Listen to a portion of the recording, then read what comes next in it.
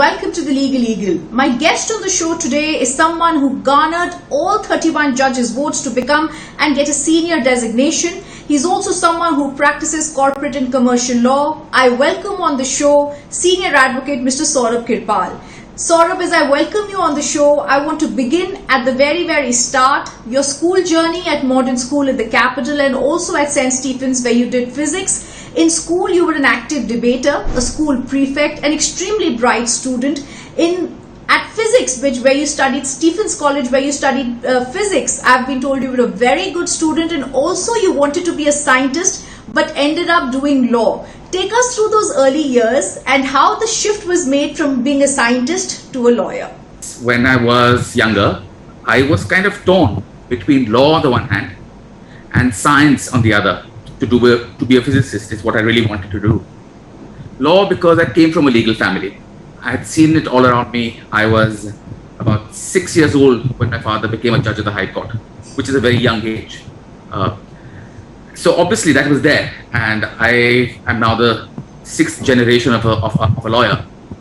But my first love really was astrophysics and sciences. I loved that in school. I excelled in it. I read science, obviously. I did computer engineering. I never wanted to join the IITs and I never wanted to do engineering. But I loved pure physics. I loved the logic of how mathematics transforms itself into physics. And everything is just so clear-cut, thought out, logical in the sciences.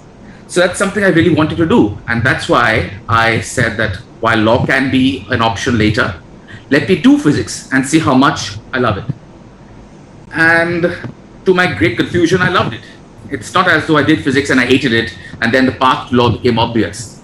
Quite to the contrary, it was very difficult at that point of time. But I think what swung it for me really was the fact that I was determined to live in India. I wanted to live in my motherland. I wanted to do everything I could here. And had I been a physicist, the scope was very limited to do sciences in India in the early 90s. I may look young, but I'm not actually that young. So early 90s is when I would have graduated college. So that would not have been possible really. So I also thought of doing law because I did love it. And in a way, my love for physics in terms of the logic and the application of mathematics to it was something rather similar to what we do in law every day. You went to Oxford on a full-paid scholarship.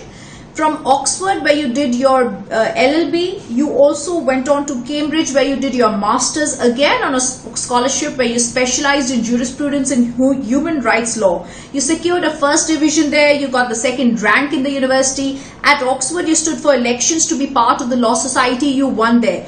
What were those years like? Did they, in the 80s and 90s, when it was a new world, open up another world for you? I think they were the best years of my life, really. And I'll tell you why. It's not because they were not in India. It's just that I think personally I came into my own in those years. I was a debater, yes, in school, but I was also a very shy young man. I think when I went out and started studying law, I really fell in my groove. And I had a blast, really. Primarily because also, I think the focus in these universities, in Oxford as well as Cambridge, was so intensely on academics. And that is something I just absolutely adored. And I just kind of fell straight into that and into that rhythm of life. It was having the brightest minds in the world to teach you was one aspect of it. But also the friendships I made there, which endure to this date, with some of the other students who are brighter than me as well, drawn from across the world. So those were really quite great years. I think my horizon also really expanded, whether that was an aspect of living abroad by myself, where I first learned how to cook for myself after burning a large number of dishes. I managed to start creating good food. That was one part of it. Taking care of myself that's when you really grow up, I think. And second, as I said, is my love for academics, which has lasted to this date. I think you mentioned my elections in Oxford to the Law Society. That was just done on a lark. There weren't very many candidates. And unlike in India, where it's a very political thing to stand for elections, there all I had to do was ask my 15 friends. We had only 100 people a year in university to come and vote for me because no one bothered voting. So with 15, I could have a clean sweep. So I just went to the library one day where I used to spend all day in the library. I used to go in the morning at 9 a.m. And sit there till 6, 7 in the evening. So I used to I called 15 of my friends, got them to vote. And that reminds me of the library. My time there was, again, a happy time, but I never went for any lectures in university in Oxford. It's a different kind of system there. Lectures are optional because you have tutorials. So, and you also examine in all 3 years at the end of your third year. So it's not as you have exams at the end of the first year, the second year, and the third year. You would examine on everything at the end of the third year. So whether a university is doing lectures on a subject you studying in third year will not match really. So I used to go with a group of 10 of my very close friends. We used to go to the library every day. And I think I taught myself law the way it should be, which is without too much outside interference. You worked with the United Nations in Geneva. There were some separate, very interesting cases from Kuwait that you worked on there. You also came back and joined one of the most popular lawyers in the country today, Mr. Mukul Rohatgi's chambers. What have both the experiences been like and taught you? I think the UN, when I went in Geneva, I worked with the United Nations Compensation Commission. It was an agency that dealt with the Iraq war, the Kuwait invasion by Iraq. And a lot of people had lost out everything because of that invasion. Because when Iraq came in, it destroyed all businesses in Kuwait. People had to flee and leave everything. A lot of Indians had businesses there, which they had to leave and come behind. There was a large-scale environmental damage that was done. Countries had suffered because they had to evacuate their citizens. So they had claims, really, and they suffered losses. So they made claims against Iraq. And part of the Oil for Food program, which of course now has gotten a bad name, courtesy certain activities that were done. But at that point, there was a lot of money that had to be distributed to various countries. And I was part of that as a commission to decide and determine as to which person would get how much compensation. So it was a kind of an adjudicatory function that we did. And that was interesting because that, for the first time, taught me other systems of law, civil law, for instance. In India, we practice common law, which is precedent-based and interesting. But this was different. This was a civil law system where you have rules and you follow only the rules without that much regard for precedent. So that was a great experience. But the nicest part of that, I must say on a personal note, is the best import I made from Switzerland, from Geneva 20 years ago, was that of my partner. I met him there, fell in love, and dragged him back to India, where he is currently working. We've been together 20 years. So that was the nicest part, really, on a professional part, one aspect of it. But I think my personal life was probably the best off because of my sojourn in Geneva. And then he talked about Mr. Rohatgi's chamber. I say if I came into my own in Oxford and Cambridge, I think really what was the icing on the cake was Mukul's chamber. Mr. Rohatgi, or Mukul as I call him, when I came back to and started working with him, I had these foreign notions that you can call your senior by his first name. What else will I call Mukul by? I'll call Mukul. And of course, around me, no one else was doing that. Everyone said, sir, Mr. Rohatgi, sir. And I said, no, I'm this special fellow. All of that has gone away now, let me tell you that. But at that point, I thought I was special and I could call him Mukul. So I called him that, and I still to date call him that. And it has been a beautiful relationship where I think I learned so much from him. Mr. Rohatgi looks like a scary man in court with a loud, booming voice. And only those who work closely with him know that he's rather like a gentle giant. He's got a heart of gold. When I joined him, there was just one other junior with him. And Mukul was already one of the most briefed lawyers in the Delhi High Court. He had a list which was running into 2 pages, 20, 30 cases. And he couldn't simply manage it all. And I saw that it was a great opportunity for me to just swoop in and start taking as much work as I could and learning and reading and making notes for him and reading law. Because, I'd done law outside India. I was not aware of Indian law at that point of time. And I think that was a bad thing in those days. I was allowed and let loose on the unsuspecting Indian litigating public without having done any Indian law. I don't know how the Bar Council allowed that. They did those days. It's different now. But I read law. I read a lot, and I had an opportunity in his chamber to do that. And for all those people who think that he is just about advocacy skills, they don't know how much law he actually knows. So he taught me a lot. And I'm ever so grateful to him for that. To me, he has been a guide, a mentor, and now is a friend of mine, I would say. I also want to come across to one of the most famous cases you've also done and been a very important part of, that has decriminalized homosexuality. Not only have you just told us about your marvelous experience in Switzerland where you found your partner, you're openly a gay person, but also in 2018, the Supreme Court decriminalized homosexuality, delivered a historic judgment that all of us watched in a 495-page path-breaking judgment.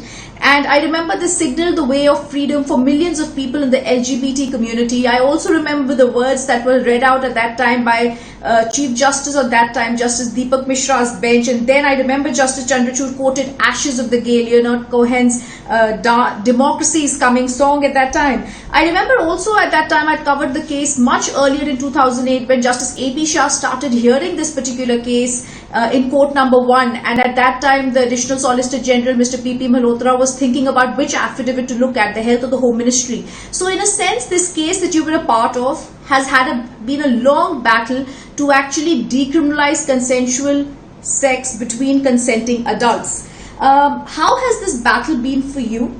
As someone who's openly gay and also someone who fought for the community, my question is larger. What is the impact you think of a judgment that came in 2018 on the community, and also what is the way ahead? So my involvement in the case really began, I think, in 2013, when the judgment of the Delhi High Court was overturned by the Supreme Court in Suresh Kumar Kaushal's case. And I remember feeling at that point, Rhythm, that Justice Singhvi's bench. Yes, Justice Singhvi's bench, Justice Singhvi and Justice Mukhopadhyay. And I remember certain exchanges that happened in court in those hearings. I was not an active part of them there, but I was still following it. But when the judgment came, I felt that this was a personal affront to me. This was my court. This was my karma bhumi. This is where I went every day. This was a place where I saw the Constitution of India being enforced and extolled every day, where path-breaking judgments were issued, human rights were protected. And yet, on something as basic as decriminalization of Section 377, something that intimately concerned millions of people in this country, the court couldn't find it in its heart to rule in favor of liberty. So I was personally upset about it. And they say that a lawyer should never have himself for a client. But in this case, I made a bit of an exception. And we started a long battle to try to overturn that judgment of 2013. As you know, Rhythm, it's not easy to undo a judgment of the Supreme Court. It has a finality to it. But luckily, yes, we had a fantastic judgment in 2018 in Navdeep Singh Johhar's case, which I think read like a charter of rights for the LGBT community in India. You mentioned Ashes of the Grey of Justice Chandrachud, but I think the really emotional moment was when Justice Indu Malhotra read out her speech in court and said that history owes an apology to the members of the homosexual community and their families, because it took 70 years and various governments, none of whom found it possible to amend the law and do something as basic as decriminalize something that was an innate part of individuals' characters. But luckily, I think the Supreme Court finally fulfilled its promise that Dr. Ambedkar had made in 1950, that Article 32, which would be the soul of the Constitution, would be upheld by the Supreme Court. So I'm glad that they did that. But, there has been a tremendous impact, Rhythm, of the judgment on the ground. Uh, it's not easy changing society. And judgments are not magic wands that one judgment alone is sufficient to change how society thinks. It's a long, arduous process to make change. But the exception of Navneet Johar is quite exceptional. I have seen on the ground a vast number of people becoming very confident in their own self, in their own sexuality, and coming out. So that's really helped the members of the LGBT community. But I think what's more important is not just what the judgment has meant for the LGBT community, but for the public at large. That to me has been the most amazing part. A channel like yours, electronic media, has been so welcoming of the judgment, really, and has shown that we as a country are an innately liberal society as far as the queer community is concerned. So that has been really a good thing, I think. But it's given courage to a lot of allies of the queer community to come out in support and build a kind of a coalition to propagate the further injustices that the LGBT community face. And that brings me to the last part of your question as to what is the change ahead. I think, Rhythm, the biggest change we need in India is an anti-discrimination code. It's amazing that 70 years after we got ourselves the constitution, we do not have a law which comprehensively prohibits all forms of discrimination against all forms of people. For instance, you can discriminate on the ground of sex if you're a private business. Article 14 applies only to the state. A private entity can happily go ahead and discriminate against women. Now, that's absolutely unacceptable. There's no anti-discrimination code, I think, in India, which protects the rights of the minorities, be it sexual minorities, religious minorities, ethnic minorities, or certain times even majorities, for instance, like women. Right? So I think we need an anti-discrimination code which will protect the LGBT community in matters of employment, in matters of housing. So that's a very important next step.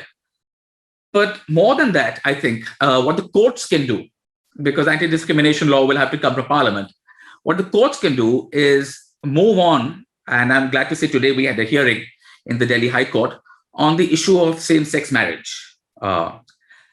I think that is something that is a legal battle that lies ahead of us. I'm appearing in that case, so I don't want to speak too much about it, because when we put our faith in a court of law, it's not appropriate to approach the media and go to the court of the people. But I can apprise you of what is happening without making a comment on it. So we've moved the Delhi High Court for recognition of same-sex marriages. The government has filed an affidavit opposing it. The court will hear the matter. It's been kept for some time in the end of May for final hearing. And I'm hopeful that we'll get a good judgment. After all, when we move the courts, we don't aim to lose, we aim to win. So I'm hopeful that a positive verdict will come. Saurabh, I also want to ask you, you were in the makings to be a judge 5 years ago. In 2017, your name was put up by the Delhi High Court. It went back and forth between the High Court and the Supreme Court. The Supreme Court Collegium has deferred a decision on it 4 times. You've openly come out even now, like you said, as a gay person. Do you think this has something to do with the sexual orientation? Also, in response to a communication by the former Chief Justice, Justice Bobray, the centre had said it had an apprehension because your partner was a foreign national. It could be a possible security risk we are hearing. What do you think could possibly be a reason for this back and forth that continues happening? See, as I've said before also in other interviews, that this system of appointment of judges is so shrouded in secrecy, it's not a good thing. I, for one, do not believe in the collegial system. I think the NGAC system that was sought to be introduced by the government in 2014 by a cross-party consensus was a good thing, because there would have been an open discussion. But that's another debate for another time. As regards me personally, the ostensible reason that has been given is only that which I gather from media reports, because obviously no one has reached out across to me personally and told me what the reason is. Other than one interview that I had done for the Jaipur Literature Festival, and Justice Madan Lokur happened to be part of the panel on that. And a similar question was asked to me, saying that, what do you think is the reason of your non-appointment? And I remember him jumping up because he was part of the collegium, which deferred my determination. And he said that it had something to do with my sexuality. So I do believe that, yes, my sexuality has a very important part to play in the deferment. Now, as regards my partner, the fact that he's a foreign national, I don't see how it can possibly be a security risk. He's been in India for 20 years. We live at home with my parents, like a joint Hindu undivided family. He works with the Swiss embassy as a local employee. He's got a local contract. He doesn't have a diplomatic status. So I don't see really what the security risk there is. And we've had judges in the past who have had foreign spouses. Justice Ravi Dhawan, the Chief Justice of Patna High Court. And more importantly, I think, Justice Vivian Bose. He was one of the greatest judges of the Indian Supreme Court. He had a British wife. And what's interesting about Justice Bose is he's the only Indian judge who has driven to London twice in a car and come back. But that's an interesting fact. But he had a British wife, and if you can hold the office of a judge of the Supreme Court of India with a foreign wife, or you can be the current External Affairs Minister of India and have a foreign wife, as is currently the case, I don't see what possible security risk my partner can be. So I can only hope that they will consider my recommendation and take a call on it. When you consent, you give your consent rhythm, you put your faith in the Constitution, you put your faith in procedures, and it's not for me to judge and say what is happening is right or wrong, right? I believe in the Indian system. I believe in the Indian Constitution. And these are the processes that they have. And I'm sure they will follow the processes. I also want to ask you about, of course, your father. He was the former Chief Justice of India, Justice B.N. Kirpal. Has he been a guiding light? How has he impacted on your decision to take law, and how has he helped in terms of the knowledge and impact on your life? He was a judge and was the youngest person in India to become a judge when he became a judge. He was barely 40 when he became a judge in the Delhi High Court. And he rose up, was Chief Justice of Gujarat, then he was a judge of the Supreme Court, and then Chief Justice of India. And what he taught me was the greatest lesson in humility. I think for all that my father accomplished, he never forgot that he was a family man. But more importantly, he never forgot the smallest people rhythm. I know that if any court staff was to approach him, he would give up everything and take care of their problems first before the highest of his colleagues or the senior-most member of the bar. I think he was a person who was truly, truly humble as a judge. I think he's still humble today, but I think that's what really he taught me, that when you become a judge, what's most important is the knowledge of the fact that you're dealing with people's lives. You have to be part of the same thought process as they are part of. You have to experience life the way they experience it. To have empathy means that you put yourself in the shoe of somebody else, right? And you cannot do that if you put yourself in an ivory tower. You cannot do that if you think you're better than anybody else. You need to be humble. You need to put yourself and think that you are a common person, because really you are. You may have gotten the exalted position of being a judge by virtue of the faith that the constitution makers put in the constitution and eventually which flows down in you. But at the core of it, you are a person who is as much a citizen of India first and a judge second. So I think that's very, very important. And that's a lesson I have learned from him, is not to take myself too seriously. Today I've recently become a senior counsel. And when a judge is dictating an order and they record Mr. Saurabh Kirpal's senior counsel, I still flinch. I think it's just odd, because I don't see myself as a senior counsel. I just see myself as Saurabh, right? I think it's important for people not to take themselves too seriously in this profession. Really, they need to do that. And that's something that my father taught me. Other than, of course, a pure love of the law. Absolutely. And Saurabh, I would like to say, as we're coming to an end of this Legal episode, you come across extremely humble, also very, very passionate about the law. And like I was very impressed with the judgment by the Supreme Court. It said, from the ashes of the gate, democracy is coming. I truly do hope that very soon, when you're on the show again, I address you as Justice Kirpal. Thank you also for being a part of this Legal episode. Thank you, Saurabh. Thank you for having me, Rhythm. It was a pleasure speaking to you.